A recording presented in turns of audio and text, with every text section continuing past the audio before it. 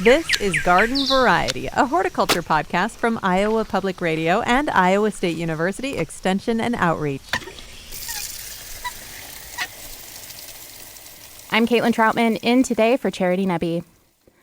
Iowa weather has been predictably unpredictable, and our tree friends are feeling it. But how can we help storm-damaged trees? Jeff Iles is here. He is a professor of horticulture at Iowa State University, and he has advice on helping trees with storm damage and advice on preventing that damage before the next storm comes around. Hello, Jeff. Caitlin, good morning. How are you? I'm doing great. How are you? Very good. Good to be here. We're going to talk about preventing damage, and prevention is always preferred, annoyingly, of course. But let's start with assessing damage. We could say we're triaging. What signs of distress are we looking for? Well, you know, we've had weather this spring, and that goes with the territory. But after any major windstorm, I go out and look at my trees. I look for broken branches, and those are pretty easy to identify, especially as the leaves go from green to brown. Then they really stand out in the tree canopy.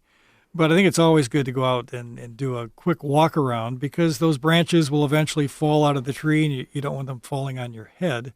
And it's a plant health issue as well. So I just make it a habit to look around and look around the neighborhood, because there's always some larger trees in the neighborhood that might draw your attention too. But yeah, assessment's important. And then, of course, it's important then to draw upon the expertise of people that do this kind of thing for a living, that is, prune trees. Because some of these limbs are heavy. They might not look heavy when they're up in the canopy, but safety first. And so whenever there's a branch to be removed up in the canopy, leave it to the professionals who know what they're doing. Absolutely. And obviously, it bears repeating, though, if it's near an electrical line, leave it to the professionals. Don't be a hero, right? Right. Don't get on ladders. Yes, yeah. Above shoulder height, I've heard, is a good rule of thumb. So Yeah. are we looking at the trunks, the bark, for damage as well? Well, you might see some of that, but usually the damage from winds is going to be higher up in the canopy. And this is where we could talk about prevention, because a lot of younger trees, if they're not pruned properly when they're young, end up with structural flaws as they get older, and those are the places where trees fail. And so it's hard to talk about these things on radio. It's easier to show you a picture or do this in the field. But suffice it to say, young trees can't just be planted and then forgotten about. There is some structural pruning that needs to be done. And we want to favor those wide branch angles. We don't want multiple leaders in the stem. And so these are basic things that you can do early on in the tree's life to prevent catastrophe later on. All right, so let's just review those proper pruning techniques. You talk about your rules of engagement for pruning. What are the most important things to remember? Well, on a young tree, if we're going to prune, we do it at the right time of the year. Now, let's keep in mind, because I know Mark Vitosh is out there lurking somewhere, we never prune oaks during the growing season. We only prune oaks when they're dormant. And I think dormant season pruning is good for a lot of plants, because you can see the architecture of the plant very clearly. Now, with oaks aside, we can do summer pruning as well, but start young. Look for that central leader. Look for good branch spacing around the main stem. And by all means, leave lower branches on the trunk for as long as you can. When I stand back and look at a young tree, I like to see about 2/3 of the tree in leaves. And then as those branches begin to get larger, then we begin to limb the tree up. But resist the temptation to limb trees up too quickly. But it's really about branch spacing, avoiding double leaders and things like that. Absolutely. And then we are also, when we're looking at things that may affect a tree's ability to bounce back from a storm, what else are we looking at? What makes a tree more or less susceptible to storm damage? Right. Some plants just catch more wind. Conifers, for example, will catch a lot of wind. In fact, we might get to this later on in our discussion this morning. But during high wind events, we often see conifers just tip over. They're leaning at a 45-degree angle, sometimes even more. And that's a hard problem to fix. A lot of deciduous trees, leafy trees, will also do that. it seems like the larger the leaves, the more wind they catch, and the more prone they are to damage. And so the obvious question is, well, what if my tree has blown over partially? It's still living, but it's at a weird angle. Right. What can I just straighten it up? Can I pull it back straight, stake it, and everything is good? And that's easier said than done. I will say that if it's a young tree, I might be tempted to dig it up and replant it. But on a tree that's been in the ground 4, 5, 6 years, it's awfully hard to do that. And so you can try straightening it up, and that requires some staking to keep it in place. But I've never had much luck doing that. It seems like the tree is forever dependent upon those stakes that we use. Oh, yeah. So sometimes you've got to make the choice, well, do I just let it go or do I remove it? And trees aren't meant to be leaning at 45-degree angles. So is that if you were in that situation, you would think about just replacing that tree? See, I'm the late Dr. Paul Ray used to say, if this were my yard, and I'll channel Dr. Ray here, I'd say the same thing. If this were in my yard, I'd probably remove and start over. I have no patience for plants. Have to perform in my yard, and if they don't, then they go to the timeout area. But I would be tempted to start over. And let's talk also about trees that are uprooted or partially uprooted. What do you do in that situation? Yeah, well, that's kind of what we've just been talking about. I'm trying to think of another example of where this happens. A lot of plants that are container grown, that is, they spent most of their life in a container, their root system is rather confined. And until that root system really branches out into the surrounding soil, those plants are prone to falling over.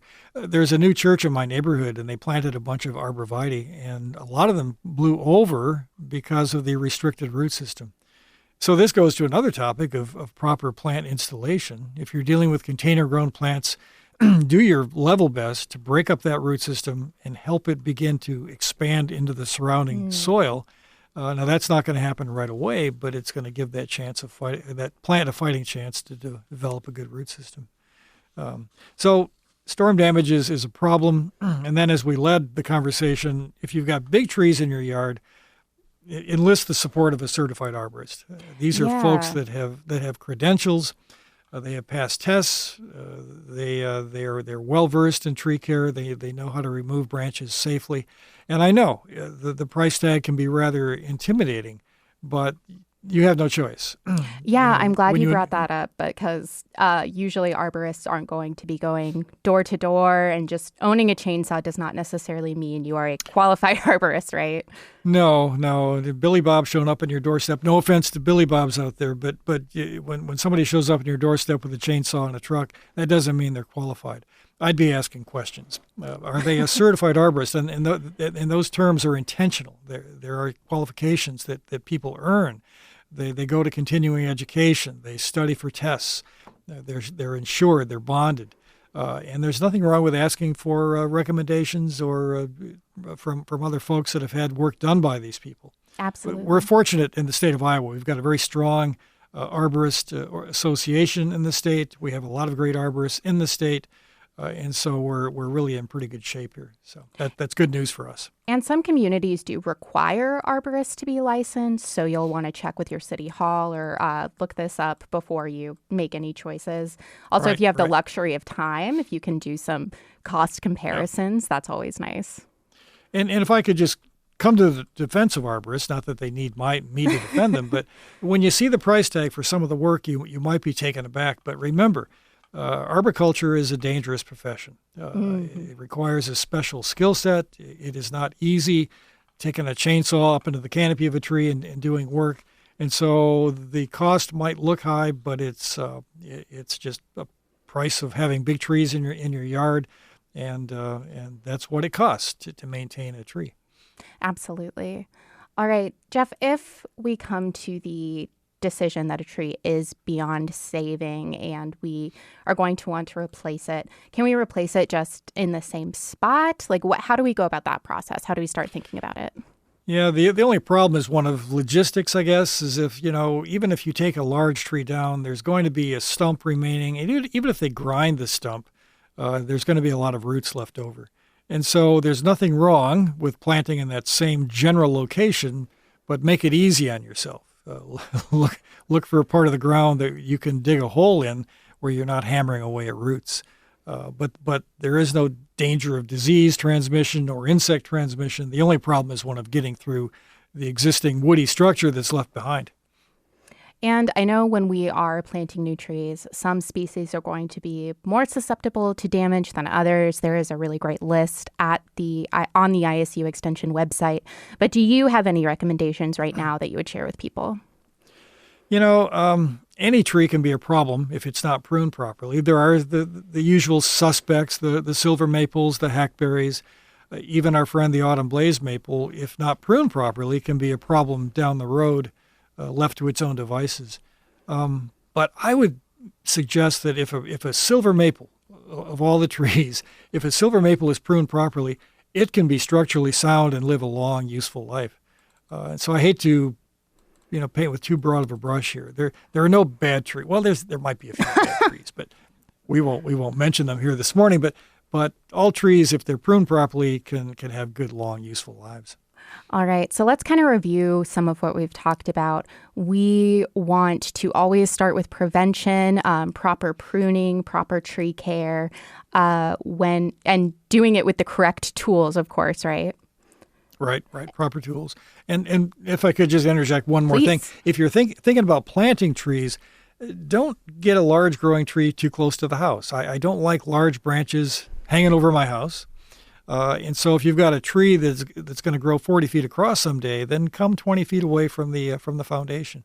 I don't like it. I mean, it's pretty when it happens, but when large limbs are hanging over the house, absolutely. That's a problem, or could be a problem. And I mean, it's so stressful when you do see a large limb that looks like it's just any day now. So, yes. Right. And of course, when we're assessing damage, use your best judgment. And when in doubt, consult a professional, ask a professional for help. Never deal with power lines yourself. Right. Jeff Iles is a professor of horticulture at Iowa State University. For more gardening information and tips, please subscribe to our Garden Variety newsletter. Find more at ipr.org/garden. I'm Caitlin Troutman.